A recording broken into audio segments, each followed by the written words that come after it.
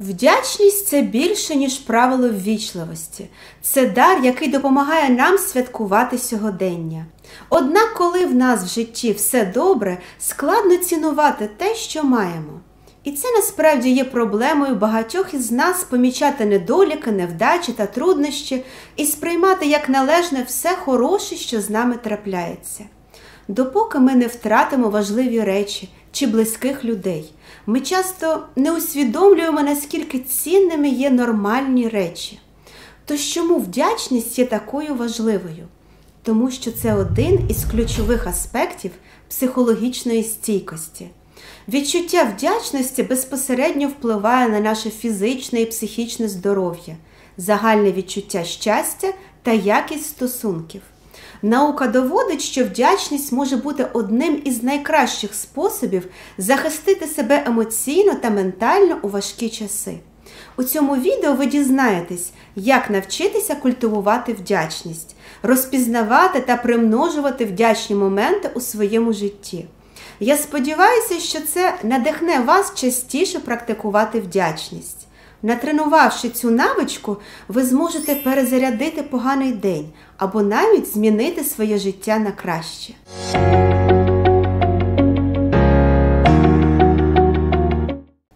Можливо, ви все ще сумніваєтеся, тому що вважаєте вдячність розпливчатим поняттям. Проте є багато наукових доказів того, що вдячність дійсно працює.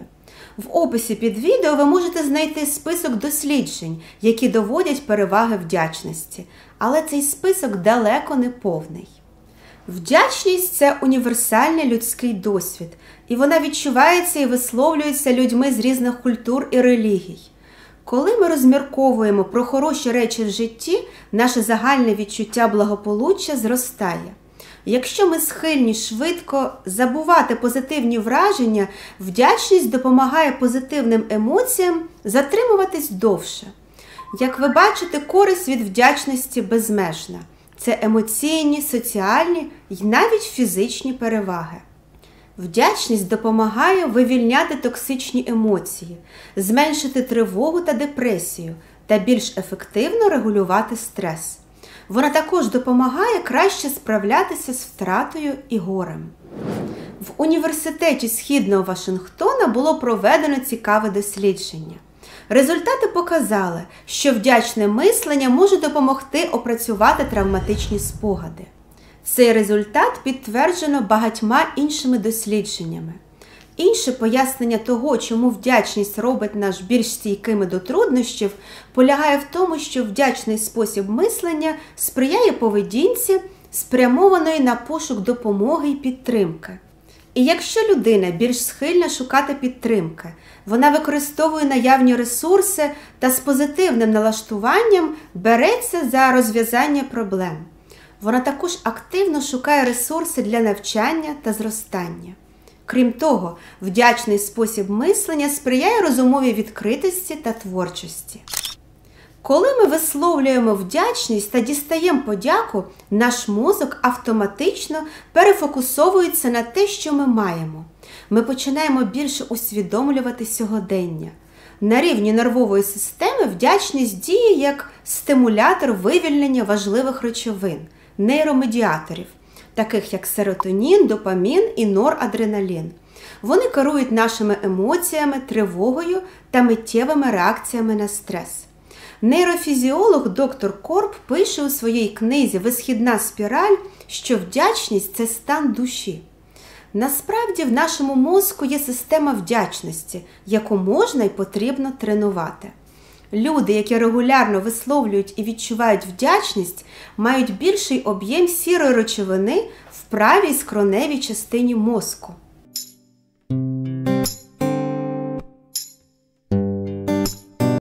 Уявіть, ви взяли склянку води і випили половину за раз.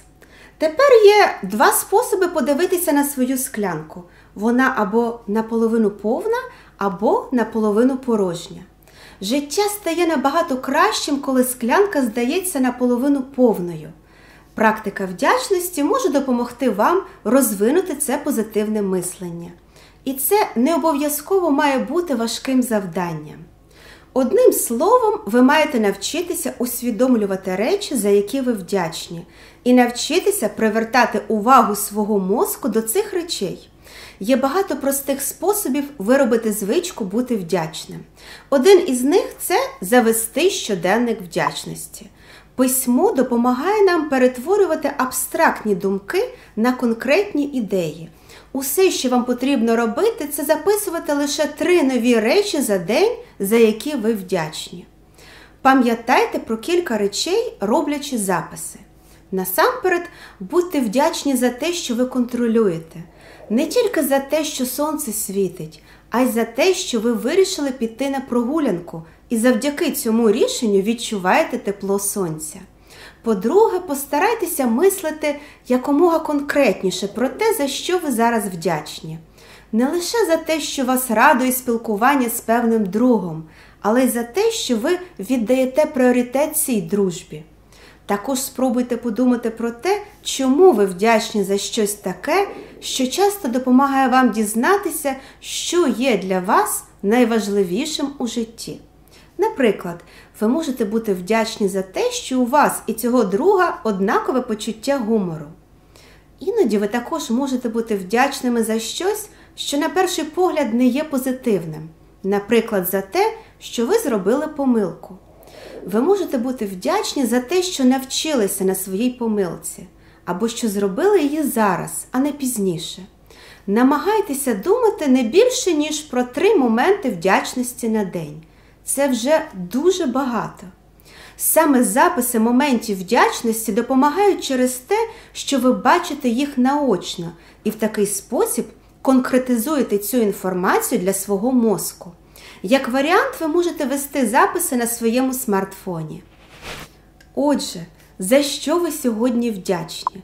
Поміркуйте та запишіть одну річ, яка зробила вас щасливими сьогодні. Наприклад, вам вдалося витримати складну розмову, або сьогодні ви добре спали. Зануртеся трохи глибше у свої роздуми, обмірковуючи причини позитивних емоцій. За що ви були вдячні минулого тижня? Можливо, ви приготували собі здорову вечерю та нарешті поспілкувалися з другом. За що ви були вдячні минулого року? Приміром, ви познайомилися з новими людьми або обстояли свої інтереси на роботі. Можливо, у вас є багато ідей, але не записуйте занадто багато. Сенс полягає в тому, щоб вибрати щось одне, поміркувати над цим і записати. Іноді складно зрозуміти, за що ви вдячні, особливо в складні періоди життя. Наступні запитання можуть вам допомогти. Чи зробили ви щось сьогодні? Чи вдалося вам щось краще чи легше, ніж ви очікували? Чи навчилися ви чогось сьогодні? Чи зробили ви сьогодні щось добре для когось? Це не має бути щось велике чи значне. Наприклад, ви розсмішили когось, надіслали мотивуючу цитату другові або зробили чашку чаю своєму колезі. А чи проявив хтось доброту до вас сьогодні? Приміром, ваш друг надіслав повідомлення і запитав, як справи? Зосереджуватись на дрібницях навіть важливіше, ніж на чомусь значному. Розмірковуючи про дрібниці частіше, також добре спрацьовує.